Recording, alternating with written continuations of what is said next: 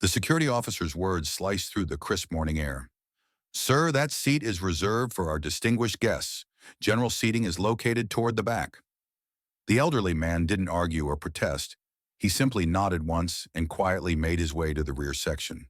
This was the golden anniversary of Oceanview Military Academy, a fortress built on tradition, precision, and military excellence.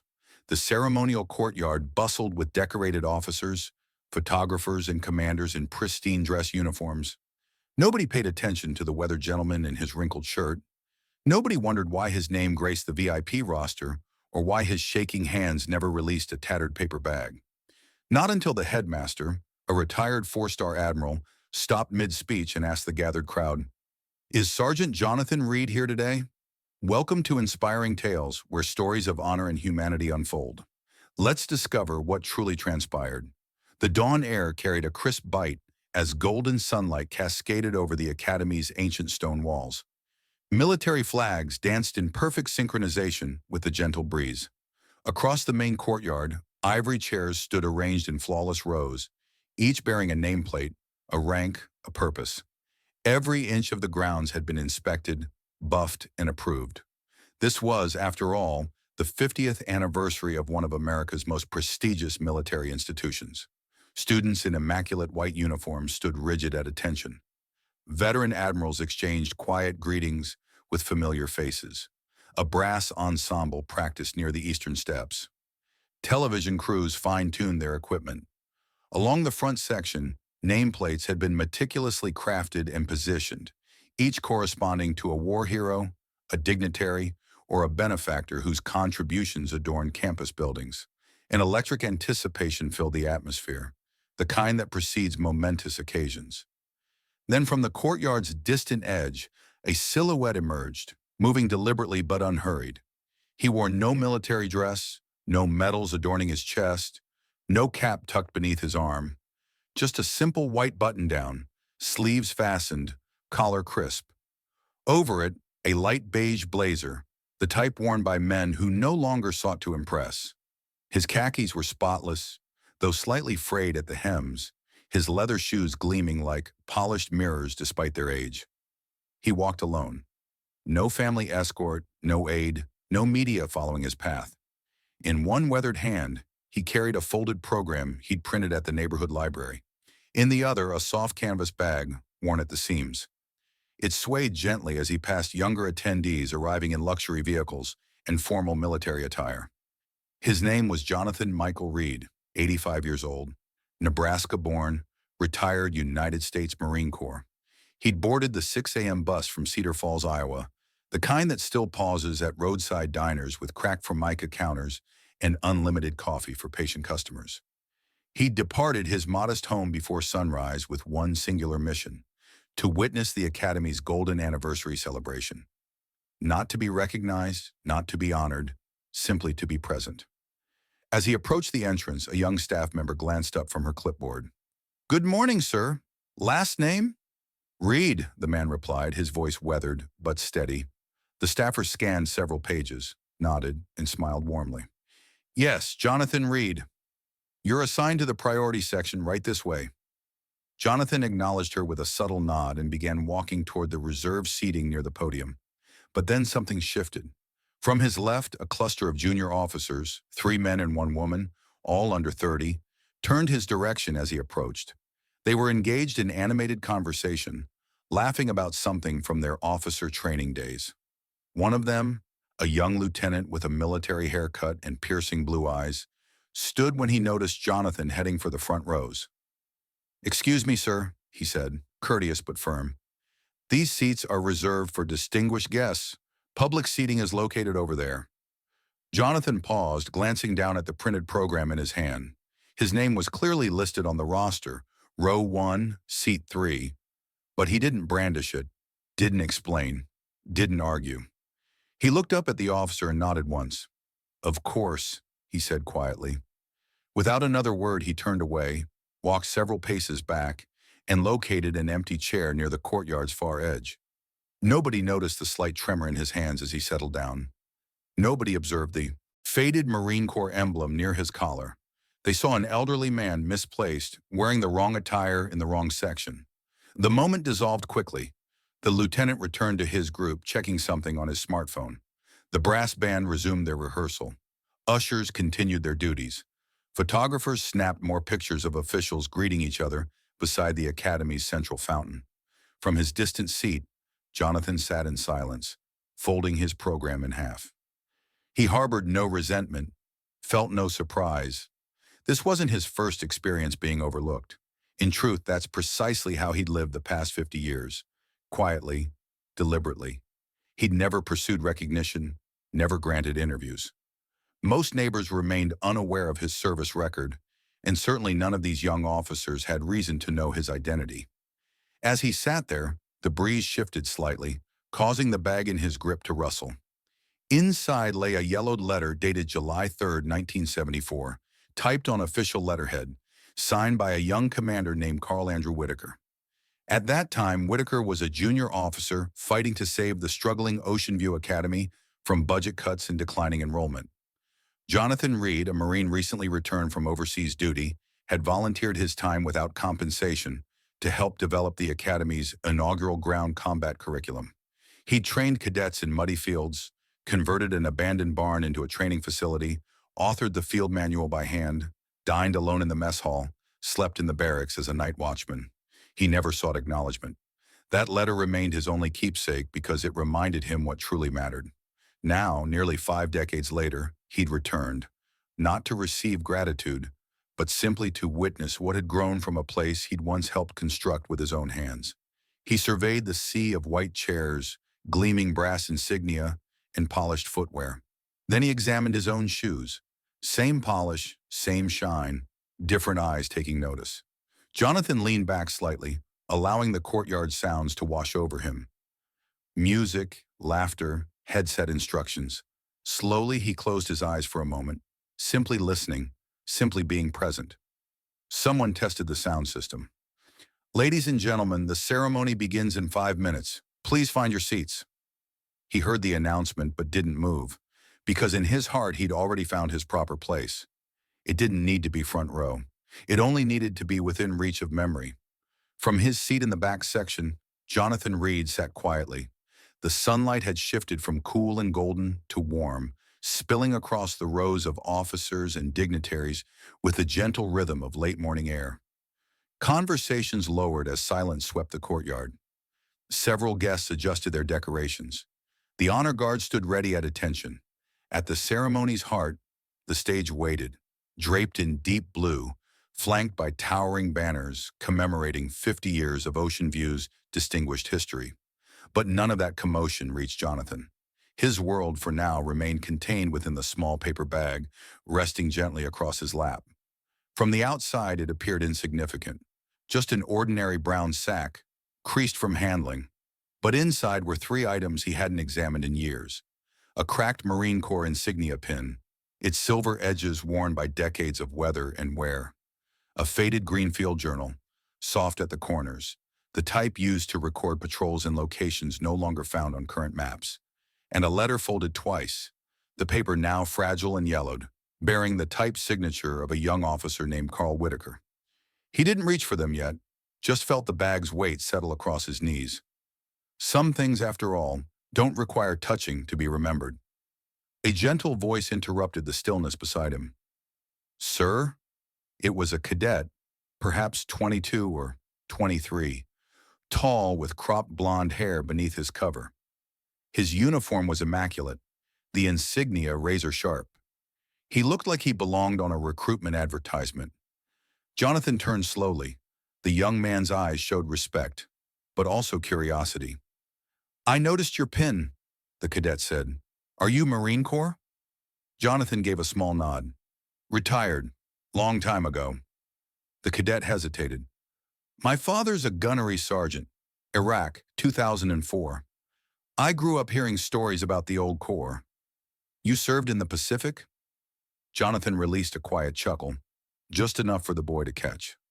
"Not quite that far back," he said. "Vietnam, 69.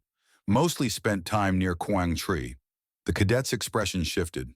Half respect, half amazement. That's intense. Were you with 1st Marine Division? 3rd Battalion, 5th Marines, Jonathan replied. Charlie Company. The cadet leaned forward slightly. Sir, were you part of the founding staff here? At the academy, I mean? Jonathan didn't answer immediately. Instead, he reached into the brown bag and withdrew the field journal. He turned it over in his weathered hands once, then offered it to the cadet. Page 3, he said. The cadet opened it carefully, his brow furrowing. The ink had faded, but the heading remained legible. Basic Amphibious Assault Principles, Oceanview Curriculum Draft, Fall 1974. Below it, diagrams, notes, and a rough training schedule in handwriting. At the bottom in red ink, signed and dated, Sergeant J.M. Reed. You wrote this? The cadet asked, stunned. Jonathan nodded slowly. Wasn't supposed to, but we had limited resources back then. No budget, no framework. We taught from experience, built what we could. The cadet's voice dropped. Sir, this is academy history. Jonathan offered a gentle smile. Funny thing about history, nobody notices when you're creating it. You just do the work, hope someone later does it better. There was a pause, then the cadet leaned closer. Is it true what they say about General Whitaker? Jonathan turned his gaze back to the stage. You mean, did I pull him from a burning vehicle in the Philippines? Yes, that happened. The cadet's jaw tightened. And nobody here knows. Jonathan shook his head. Most wouldn't believe it anyway. But why? Why didn't you ever tell anyone? The old Marine smiled again, not bitter, not proud, just peaceful. Because it was never about me. He reached back into the bag and retrieved the letter. His fingers lingered over the crease before unfolding it.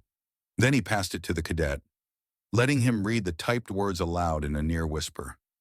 To Sergeant Reed, this academy would not have survived its first year without your guidance. You gave us more than tactics. You gave us standards. Someday I hope I can repay that debt. Respectfully, Lieutenant Carl A. Whitaker, Oceanview Naval Academy, October 1974. The cadet looked up. His voice softened. He's the headmaster now, Jonathan nodded. I know. And he invited you. Jonathan tapped the folded program on his lap. Got the call personally. He wanted me seated beside him today, but I didn't wear the proper attire, and I didn't want to cause a scene. The cadet glanced toward the front section. That lieutenant? He didn't know. If he had... Jonathan raised a hand, cutting the thought short. It's fine. He's not the story. There was a pause. Wind rustled the banners overhead. What is? The cadet finally asked. Jonathan looked out over the courtyard, his voice softer now. That we're still here. That this place continues training men and women who serve with honor. That somewhere in those seats is the next instructor who'll give more than required and ask for nothing in return. The cadet swallowed, quietly folding the journal and returning it. You should be on that stage, sir. Jonathan accepted the journal gently, tucked it back into the pouch and smiled. I was once, just not how most people expect. The young man stood, his posture now straighter, more aware of his bearing. Would you mind if I stayed here briefly? Jonathan looked at him, then nodded once. Be my guest. Together they sat in silence.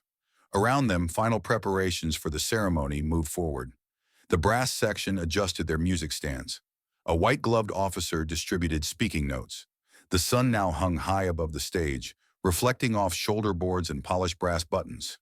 But in the shade of the back row, two generations shared a moment that didn't need broadcasting. Because legacy doesn't always come with microphones. Sometimes it just passes quietly from one hand to another. The bell tower chimed 11. One clear, deep tone echoed through the courtyard. Just like that, the crowd rose in unison. Officers adjusted their covers. Cadets came to attention. The choir, dressed in navy blazers, began the national anthem. Jonathan Reed, seated at the very back, rose with the others. He placed his hand just above his heart, not in salute, not in pride, but in quiet respect. He didn't sing. He never did. But his lips moved with the rhythm of the familiar words. When the final note faded, the master of ceremonies approached the podium. Ladies and gentlemen, it is my great honor to introduce the headmaster of Oceanview Naval Academy, retired Admiral Carl A. Whitaker. Applause followed, loud, respectful, the kind of applause that comes from legacy, not just rank. Whitaker stepped forward slowly, his back straight, medals lined and precise across his dress and uniform. At 73, his voice still carried the same authority that had once steadied young recruits in turbulent waters. But now, as he gripped the podium's edges, his tone began softly. 50 years ago today, he began, this institution opened its doors to an uncertain future. We had no fleet, no facilities, just an idea, and a few individuals who believed we could build something that mattered. He paused, letting the words settle. This courtyard used to be gravel. The barracks weren't much more than converted stables, and our instructors, well, some of them didn't even have official titles yet. Gentle laughter rippled through the crowd. Whitaker continued. But what we did have, what sustained us through those first harsh winters and endless drills, was a kind of stubborn loyalty, the kind you can't purchase or instill through training. It has to be lived, and it has to be remembered. Then he stopped, just stopped. For a long, uncertain moment, the courtyard held its breath. Whitaker's eyes began scanning the crowd slowly, deliberately. He leaned slightly from the microphone and asked, voice low but audible, "Is Jonathan Reed here?" People looked around. Officers whispered. Several cadets glanced left and right. Whitaker turned back to the podium. He was supposed to be in the front row. More silence until finally one hand, tentative, lifted from the back section. A young cadet pointed gently to his left. And there, sitting almost hidden by the sound equipment canopy, was Jonathan, still seated, still quiet. Whitaker stepped away from the microphone, descended the stairs without a word, and walked across the gravel path. The atmosphere changed. Conversation ceased. Cameras pivoted. Rows of officers shifted to allow him passage. Cadets stood straighter as he passed. Whitaker reached the final row, and there he was, the same man who 49 years earlier had pulled his unconscious body from burning wreckage on a mountainside in the Philippines. The man who built the first marksmanship course with 2 shovels and a borrowed truck. The man who'd written the first training manual on a legal pad with a broken pencil. Whitaker stopped in front of Jonathan. He removed his white gloves, tucking them neatly into his belt, and then without hesitation, he raised his hand and gave the old Marine a full formal military salute. A perfect 45 degrees, eyes forward, unwavering. The entire courtyard went silent. Nobody moved. Nobody breathed. Jonathan didn't return the salute.